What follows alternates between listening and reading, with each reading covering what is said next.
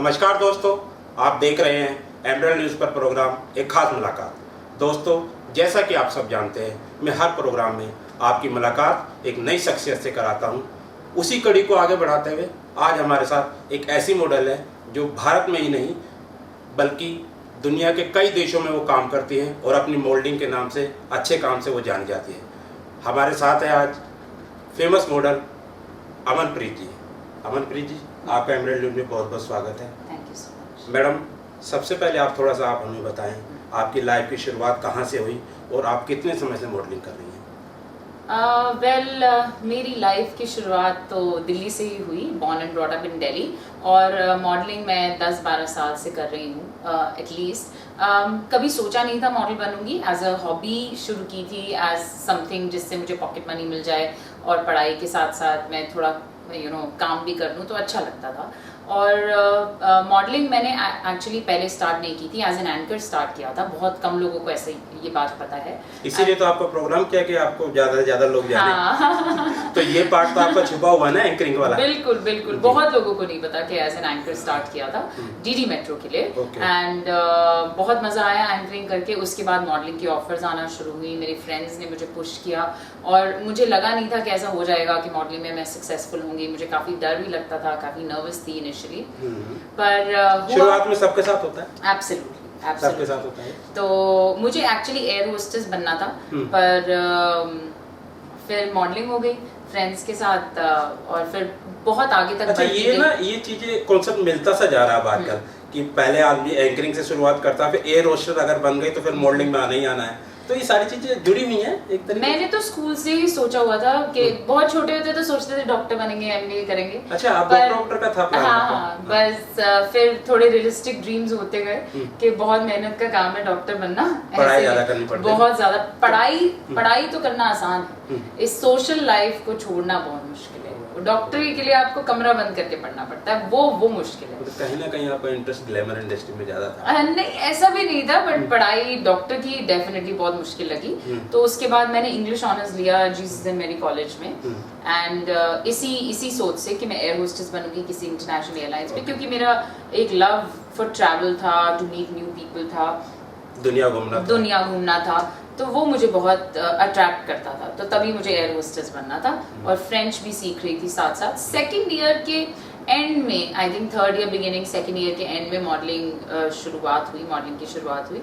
और उससे पहले होस्टेसिंग जॉब्स मैं करती रहती थी टू अर्न पॉकेट मनी, क्योंकि हमारे कॉलेज में काफ़ी कोऑर्डिनेटर्स आते थे और समर जॉब्स देते थे, तो वो मैं करती रहती थी। तो मुझे अच्छा लगता था अपने पैसे कमाना। तो पैसे कमाने के साथ साथ जो अपनी हॉबीज है वो भी पूरी हो रही थी। एब्सोल्युटली। तो फिर 1 साल मॉडलिंग करने के बाद एक कॉन्टेस्ट ग्लैड्रैग्स मेरे हिस्से में आया और वहाँ पे मैं सिलेक्ट होती गई। और फिर मेरे पेरेंट्स ने कहा कि अगर ये जीतोगे तो आगे कंटिन्यू कर सकते हो, नहीं तो नहीं कंटिन्यू कर सकते। बस कॉन्टेस्ट में गई और मैं जीत गई, एंड बस since then there was no looking back. मतलब जो कॉन्टेस्ट आपने जो जीता वो लाइफ का आपका टर्निंग पॉइंट था। एब्सोल्युटली, क्योंकि उससे पहले अगर आप 10 साल पहले देखिए, आजकल तो मॉडलिंग बहुत ही एक करियर की तरह माना जाता है। मेकअप आर्टिस्ट होना भी एक करियर की तरह माना जाता है। 10 साल पहले ऐसा नहीं होता था। पेरेंट्स यूज्ड टू थिंक कि मॉडलिंग में बहुत फ्रॉड्स हैं, या आपको टेकन फॉर अ राइड लिया जाएगा, या आप ये कैसा करियर है, ये तो हॉबी होती है। तो उस टाइम सारे आके बोलते थे हाँ ठीक है मॉडलिंग कर रही है, बट और क्या करेगी। उनको समझ ही नहीं आता था कि मैं एक फुल टाइम प्रोफेशन में हूँ, जहाँ के मेरे पास सांस लेने का भी टाइम नहीं था। तो जब ग्लैड्रैक्स जीत के एक नेशनल रिकग्निशन मिला, टीवी पे दिखाया गया, तो फिर फैमिली वाले बहुत खुश हुए। तब सारे बहुत खुश हो गए। और तब उसके बाद किसी ने नहीं पूछा कि आपकी बेटी क्या करती है, ये नहीं पूछा कि क्या कर रही है, कैसे कर रही है, कितना कमा रही है। बिल्कुल। मैडम, देखते हैं कि अब तो आप एक ऐसे पायदान पे, बहुत बड़े पायदान पे एक सक्सेस मॉडल हैं। अब नेक्स्ट आपकी फ्यूचर प्लानिंग क्या है? फ्यूचर प्लानिंग मेरी ये है कि मुझे लगता है कि अपने आप को हमेशा एक नए अवतारों में ट्रांसफॉर्म करना चाहिए। तो मैंने अभी पीछे रेस्टोरेंट भी खोला था, जो कि मेरा बहुत सक्सेसफुल रेस्टोरेंट रहा। ये कहाँ पे खोला था आपने? पंजाबी बाग में, बज के नाम से। 3 इयर्स मैंने उसको सक्सेसफुली रन किया, वो भी बहुत मेहनत का काम था। और उसके बाद मुझे एक बहुत अच्छा प्राइस मिल रहा था टू सेल इट, तो मैंने उसको बेच दिया। अब मैं एक नई रेंज ऑफ ब्यूटी प्रोडक्ट्स आप कह सकते हैं वो निकाल रही हूँ अपने नाम से, मेरी hair extensions are called luscious by Amanpreet Wahi. उसके बाद आई लैशेस भी मेरा प्लान है लॉन्च करने का। उसके बाद may be more beauty products, so let's see. तो मेरी वेबसाइट बहुत ही जल्दी लॉन्च होने वाली है। हम कह सकते हैं अमनप्रीत वाही के अंदर एक चेहरे में छुपे कई चेहरे, बहुत सारे। और मैं एंकरिंग भी अभी भी एंकरिंग कर रही हूँ। अभी मैं IPL दिल्ली डेयरडेविल्स की टीम के साथ ट्रैवल किया हर जगह, क्योंकि उनके जो मेन स्पॉन्सर हैं मैन फोर्स, उनके लिए मैं एंकरिंग कर रही थी। तो बहुत मज़ा आया IPL के ड्यूरिंग उनके साथ टूर। IPL में तो जाना ही अपने आप में गौरव की बात होती है किसी भी एंकर के लिए। बिल्कुल। तो वहाँ पे एंकरिंग की मैंने, टीम के साथ एंकरिंग की, टीम का इंटरव्यू किया, तो काफ़ी मज़ा आया। रैंप के अलावा एंकरिंग करके भी अच्छा लगता है। तो मैं मुझे लगता है why can't I do everything, मुझे सब करना है। बट सिर्फ जो एक बार सब कर लोगे, एक बार सब कर लूंगी। जो नहीं करना था वो सिर्फ मूवीज था और वीडियोस था। वो भी मैं एक बारी मूवी भी कर चुकी हूँ, एक बारी सीरियल भी कर चुकी हूँ, एक बारी वीडियो भी कर चुकी हूँ।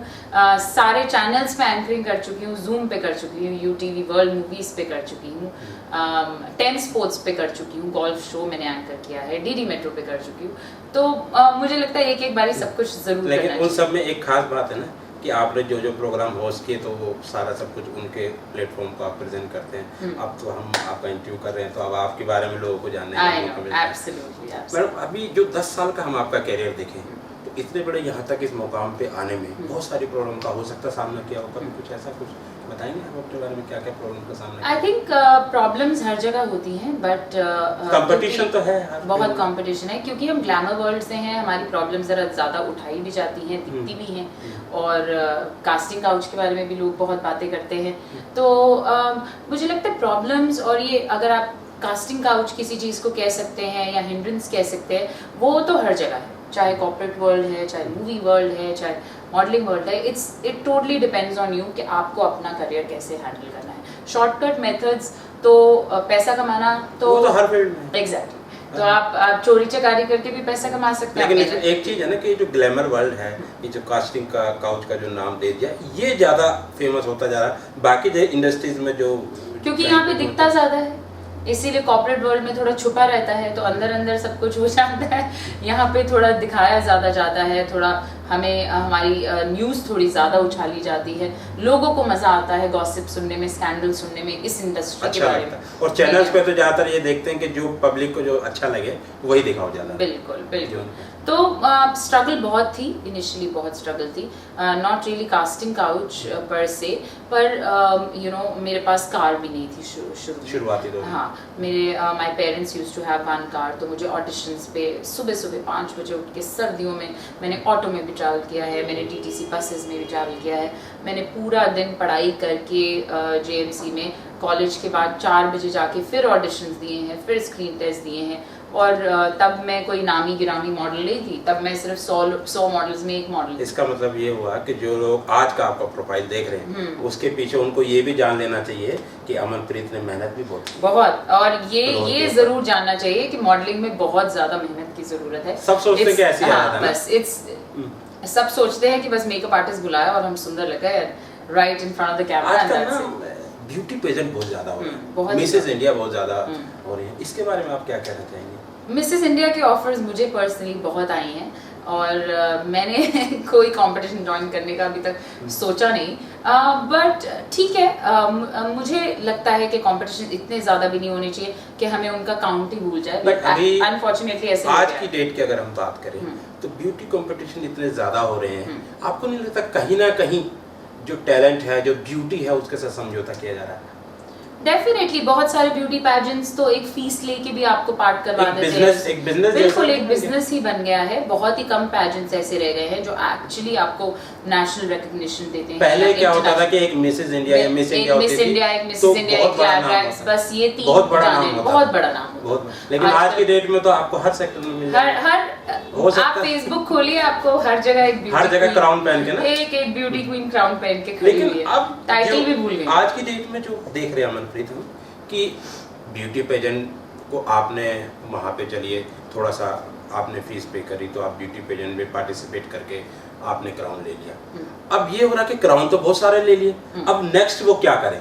कुछ नहीं, क्राउन लेके तो क्योंकि- घर तो बैठ नहीं सकते। बिल्कुल तो अब वो थोड़ा सा ना सोचने पे मजबूर है कि क्या करे क्या ना करे। उनके लिए आप क्या मैसेज देना चाहेंगे? उनके लिए मैं यही मैसेज देना चाहूंगी कि पैसे से आप क्राउन तो खरीद सकते हैं बट टैलेंट नहीं खरीद सकते। बहुत लोग सुंदर दिख के बस कैमरा के आगे पब्लिसिटी मिल गई, हम पैजेंट जीत गए, 2-4 लोगों को बता दिया, फेसबुक पे डाल दिया, सोशल मीडिया हो गया। Mrs. India, बट अगर Mrs. आप में टैलेंट, रियल टैलेंट नहीं है तो आपको उसके बाद काम नहीं मिलेगा। सिंपल सी बात है। चाहे आप मिस वर्ल्ड हैं, चाहे आप मिसेस यूनिवर्स हैं, मिस यूनिवर्स हैं, तो अगर आप देखिए सारी मिस यूनिवर्स, मिस वर्ल्ड भी सारी की सारी सक्सेसफुल नहीं हो पाती हैं। अगर हम मिस यूनिवर्स और मिस वर्ल्ड की बात करें, परसेंटेज हाँ, है सिर्फ। अगर आप 3-4 लोगों का नाम गिन सकते हैं, Sushmita Sen, Priyanka Chopra, okay Diana hadal, और उसके बाद जो ऐश्वर्या राय, यू नो, तो सारे के सारे टाइटल जीत के भी सक्सेसफुल नहीं हो पाते। अगर आप में रियल टैलेंट है तो आप सक्सेसफुल हैं, चाहे आपके पास टाइटल हो चाहे ना हो। चाहे टाइटल हो या ना हो, आप वैसे भी अपने आप को प्रमोट करके आप इंडस्ट्री में काम ले सकते हैं, आप ब्रांड को प्रमोट कर सकते हैं। टैलेंट आप में है और आप मेहनत कर रहे हो तो I don't think anything can stop. ऐसा है, आप तो प्रोफेशनल मॉडल हैं। जो ब्रांड्स होते हैं, बड़े बड़े कंपनियां जो होती है, हाँ जी। वो टाइटल नहीं देखते, वो फेस को देखते हैं, टैलेंट को देखते हैं और एक अच्छी मॉडल को देखते हो, वो अपना ब्रांड उनसे प्रमोट करना। एब्सोल्युटली बिल्कुल ऐसा ही है। अगर आप लैक्मे को भी देखिए, बहुत सारी मॉडल्स वो ऐसी चूज करते हैं जो उनके ब्रांड के लिए परफेक्ट है, उनका फेस उनके ब्रांड के लिए परफेक्ट है। डजंट नेसेसरली ऐसा तो नहीं टाइटल कि जैसे कि आजकल चल रहा है कि ऑडिशन होता है ब्यूटी पेजेंट के लिए, डांस करा लेते हैं और डांस करके ऑडिशन में पास हो गए, तो जो ब्रांड होते हैं वो भी डांस करा के नहीं, ब्रांड बहुत सीरियस ऑडिशंस करते हैं, बहुत सारे स्क्रीन टेस्ट होते हैं, बहुत सारे लुक टेस्ट होते हैं, स्किन की बहुत सारी टेस्ट होते हैं। तो और मैंने ये पर्सनली किया हुआ है, that's why I am telling you. इसीलिए आपसे ये क्वेश्चन आपसे इसीलिए तो बिल्कुल भी वहाँ पे आपका टाइटल आपके काम नहीं आता है। अगर आपका फेस उनको अच्छा लगता है तो you are perfect for that, otherwise नहीं है तो फिर आगे बढ़िए। अमनप्रीत वाही ने आज तक अभी तक कास्टिंग काउच का सामना किया? अमनप्रीत वाही ने कास्टिंग काउच का सामना ऐसे किया है कि बहुत सारे लोगों ने ऐसी हिंट्स दी हैं जो मुझे लगा है कि काम के लिए शॉर्टकट मेथड की हिंट दी जा रही है, तो मैंने उनको बहुत अच्छी तरह हैंडल किया है एंड डेफिनेटली इग्नोर किया है और आगे बढ़ी हूँ मेहनत करके। And I am very proud to say कि कास्टिंग काउच के बिना और शॉर्टकट्स के बिना मैं जहाँ तक उसके बिना भी लोग कामयाब हो सकते हैं। एब्सोल्युटली, व्हाई नॉट, बिल्कुल। आप देखते हैं अभी जो अभी तक की आपकी सक्सेस है, इसके पीछे सबसे बड़ा सपोर्ट किसका है? आई थिंक इनिशियली तो डेफिनेटली क्योंकि हर आदमी के पीछे तो और एक औरत का हाथ होता है, आप तो खुद ही फीमेल है, Absolutely. तो आपके पीछे किसका सपोर्ट है? मेरे पीछे एक और फीमेल का हाथ है, मेरी मदर का। आई थिंक मेरे पेरेंट्स ने मुझे बहुत सपोर्ट किया है, एंड पेरेंट्स में पर्टिकुलरली मैं अपनी माँ जब टीवी पे आ गए उसके बाद सपोर्ट किया? नहीं ऐसा नहीं है। नहीं, वो रात तक जागी रहती थी। मेरा शूट रात के 2 बजे खत्म हो, शो 2 बजे खत्म हो, मैं आऊंगी, वो मुझे खाना खिलाएंगी। अगले दिन मैं ऐसे दिन गए हैं जब मैं 5 दिन सोई नहीं। मैंने 3 दिन में पौंडीचेरी, लखनऊ और लुधियाना किया है। आप सोचिए, इंडिया के 3 अलग हिस्से हैं ये, और मैंने ऐसे ट्रैवल किया है जहाँ पे मैं 4 दिन सोई नहीं हूँ, और मेरी मदर मेरे साथ सोई नहीं है, और वो 2 बजे मेरे को खाना खिला के फिर मेरी पैकिंग में मेरी हेल्प करने लग जाती थी। सो इट वाज डेफिनेटली 10 साल में यहाँ पहुँचने में काफी आपने मेहनत की फ्लोर के ऊपर। हर अनकंडीशनल सपोर्ट जो मुझे यहाँ तक लाया है, और उसके लिए मैं हमेशा से उनकी शुक्रगुजार हूँ, तहे दिल से शुक्रगुजार हूँ। अच्छा, आप जरा थोड़ी सी राज की बात भी हो जाए। पर ये राज की बात से पहले मैं ये भी बोल दूं कि शादी के बाद मेरे हस्बैंड ने मुझे बहुत सपोर्ट किया और मेरी मदर इन लॉ ने, क्योंकि शादी के बाद आई थिंक बच गई अभी आप। हाँ शाम को आपकी पिटाई होने वाली थी। बिल्कुल, मुझे लग रहा था आप पिटवाओगे। तो आई थिंक शादी के बाद काफ़ी रिस्पॉन्सिबिलिटीज आ जाती है एक वुमन पे, as a wife, as a mother in law, as a mother now, and घर की रिस्पॉन्सिबिलिटीज होती हैं। तो एक वुमन नीड्स टू मल्टीटास्क, और घर वालों के सपोर्ट के बिना आप सक्सेसफुल हो ही नहीं सकते।